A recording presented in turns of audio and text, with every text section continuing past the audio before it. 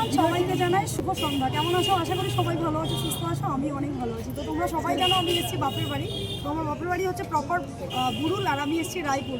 এটা হচ্ছে মেলার মাঠ, নদীর ধার। তো আসতে যেটা এটা হচ্ছে মন্দিরটা দেখো পিছনে, এখানে হচ্ছে মেলা হয় রায়পুরের মেলার মাঠ, ঠিক আছে। আর তোমার দাদাভাই এর পিছনে হচ্ছে পাগলা বাবার আশ্রম, এখানে প্রত্যেক বছর গানে আসে।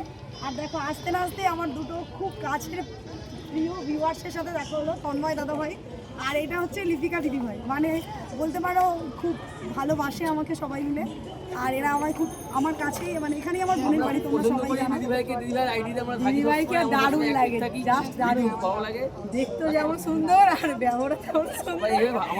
আজকে দিদিভাই মানে ফোন করেছিল, তাই দিদিভাইয়ের সাথে দেখা করতে এসেছি, নাহলে আজকে আসার মধ্যে কোনো উদ্দেশ্য ছিল না, শুধুমাত্র দিদিভাইকে দেখার জন্য এসেছি। এরকম করে ব্যাপারটাই।